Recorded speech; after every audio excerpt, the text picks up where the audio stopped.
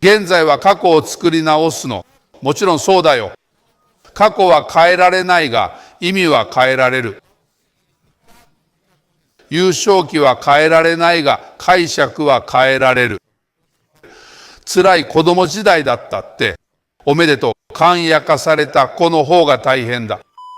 簡約化された子には素晴らしい幼少期がある。でも親が死ぬと何もできなくなる。辛い子供時代は特権なんだ。神に感謝しろ。戦いの準備をしてくれたんだから。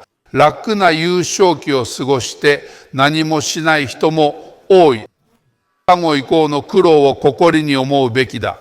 幼少期じゃなくその解釈を変えてるんだ。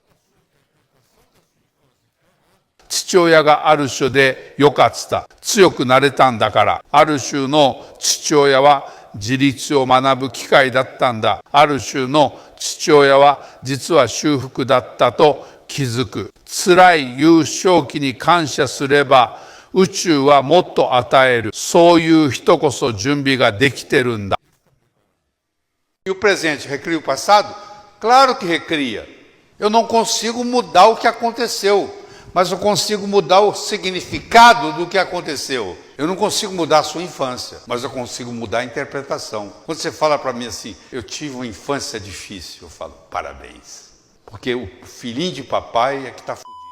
Porque o filhinho de papai tem uma infância, uma maravilha. Só que o dia que o pai morre, ele não sabe fazer nada. Então você ter uma infância difícil é privilégio. Agradeça a Deus, porque te preparou para a guerra, te preparou para fazer o que você está fazendo. Tem muita gente que tem infância linda e não faz nada na vida. Você tem que ter orgulho do sofrimento que você teve na infância.